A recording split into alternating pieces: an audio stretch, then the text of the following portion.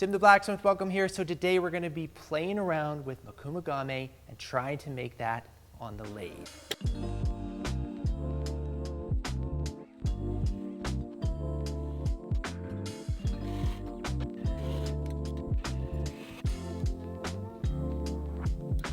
So I know you're thinking like, Tim, I don't get it. Like, how are you trying to make this stuff with the lathe?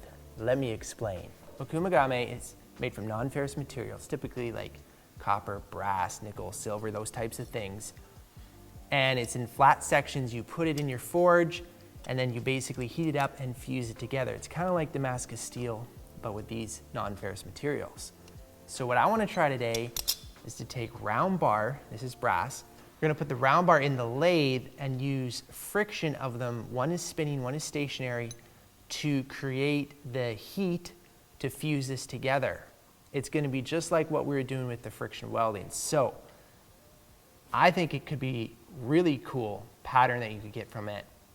I don't know. I'm dreaming of a cool pattern. We'll see what we get, or if it even works. Unfortunate thing is I don't have any copper round bar, so that's what you just saw me. I cut this flat copper, and we're just going to quickly make that into round bar, and then we'll go right to the lathe and give this a shot. So that's what we're doing. Hopefully that makes sense.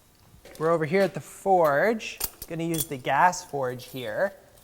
I'm going to see if I can put this crucible right in here, and then we'll feed in the copper one at a time and see how this all goes.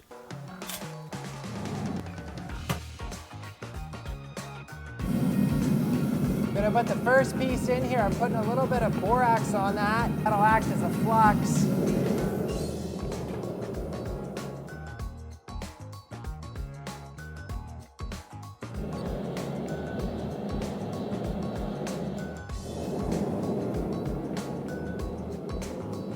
Okay. Yeah, perfect.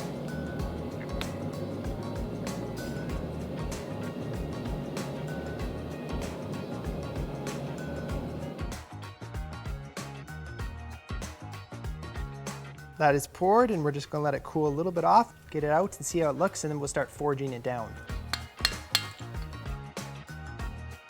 Just going into the coal forge here, and the reason I'm using the coal forge now is there was quite a bit of flux on that copper chunk. And I don't want that flux to go into the propane forge. It melts the bottom out, so that's why I'm using the coke.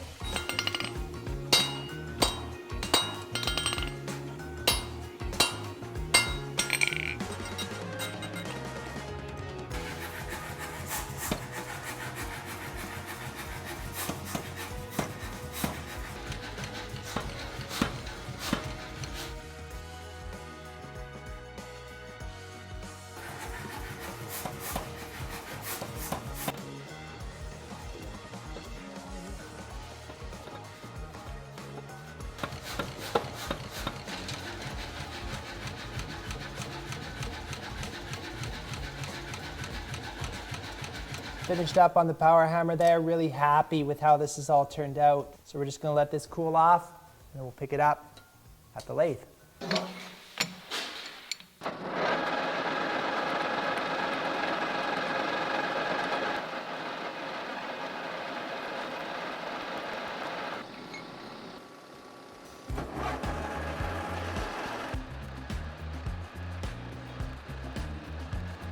The machining marks are quite a bit deeper in this surface than I wanted, but it's not going to be too big of a deal for what we're doing. So I'm just going to turn it around here, clean up this other end, and then we are finished machining this part, which is awesome.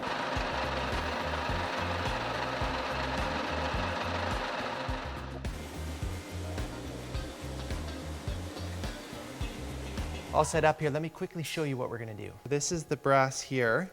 And this is going to be spinning really fast, 1000 RPM. That's what we're going to try. And then this is not going to be spinning. This is the copper, and it's going to come in. And these two surfaces are going to contact each other and start creating friction. And I'm going to push. Hopefully we'll create enough friction and heat that they fuse.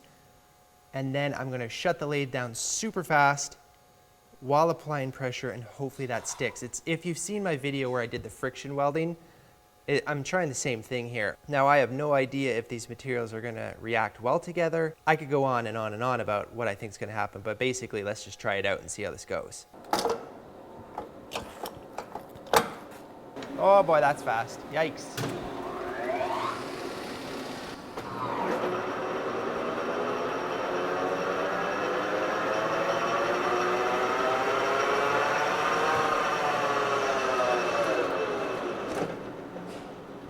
I got to adjust the clutch. It's not stopping fast enough for this. And I tripped the breaker. Yikes.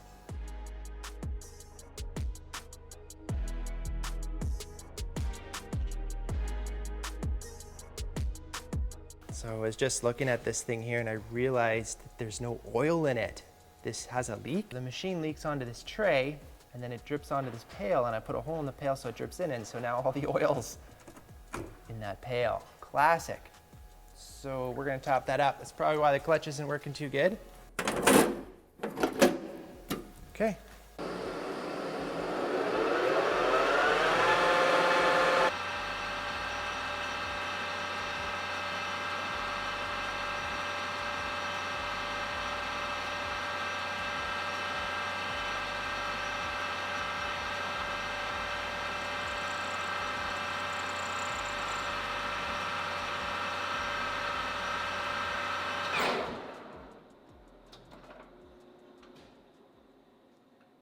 What happened? I think that the brass just started to like completely lose it. Huh.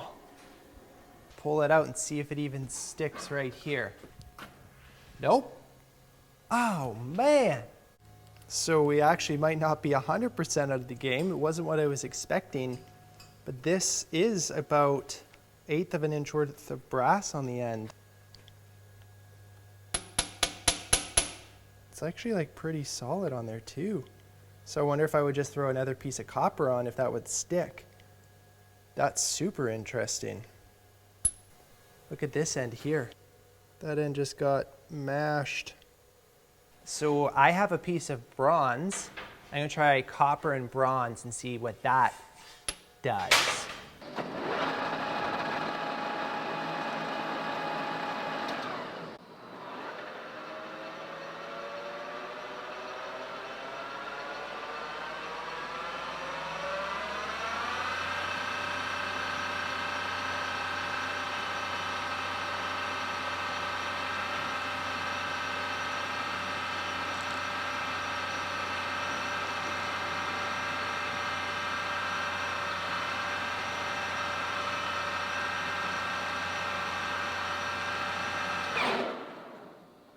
So the bronze stood up a little bit stronger than the brass, but still it was the bronze that was giving way before the copper.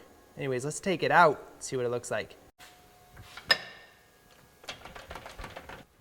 Oh, look at that. Is this hot? It's hot. So take a look.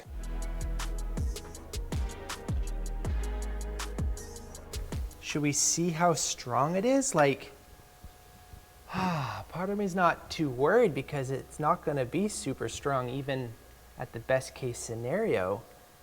And I kind of wanted to cut it and see if we could get another weld in there, or fusion, I don't know what you want to call it. But it would also be really interesting to see. But at the same time, if we cut it and did a couple layers, I'd like to heat it up and just compress it under the power hammer. Okay, here we go. I'll give her a couple hits and see what happens.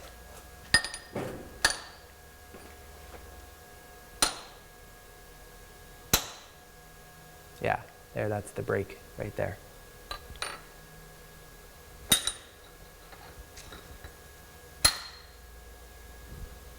That's hot. Look at that, hey? Definitely looks like it was all mechanical. Bronze definitely gave way to the copper. Very, very much so. But like, that was stuck together good enough that I could bring it to the forge. But I mean, the question is, will it hold together for another weld, or will that weld just shear off? You know? Guess there's only one way to find out.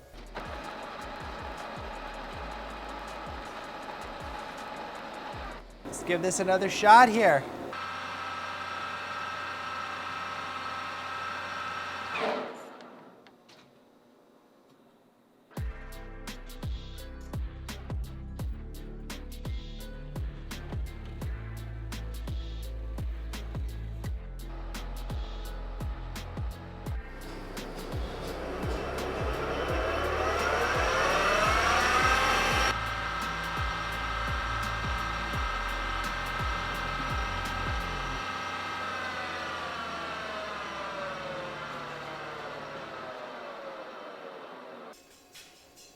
Yep. I think that's all she wrote for us, folks. Soon as I thought it was gonna weld, and then just right at that temperature when as things were vibrating, and maybe that it would work better if the lathe wasn't running so out of true. You know, would that be good enough to keep that sticking or not? Kind of a little bit skeptical. I can't think of anything else to try on that. I mean, only if the lathe was running truer. And maybe that the lathe could stop faster too. Then you could get a better stick. I'm sure that's hitting it hard when it slows down like that. So I'm pretty happy with the go at that. I'm gonna go ahead and write this off that no, I cannot make Mokume Gane on the lathe. So that's a little bit disappointing, but nevertheless, still fun to see if it worked. If you're interested, I got some hand-forged bottle openers available on my website. And I think we got a couple more axes left. Go ahead and get one of those too. Don't maybe drink and use the axe at the same time, but I'll leave that up to you. Please consider subscribing, and I look forward to seeing you in the next video.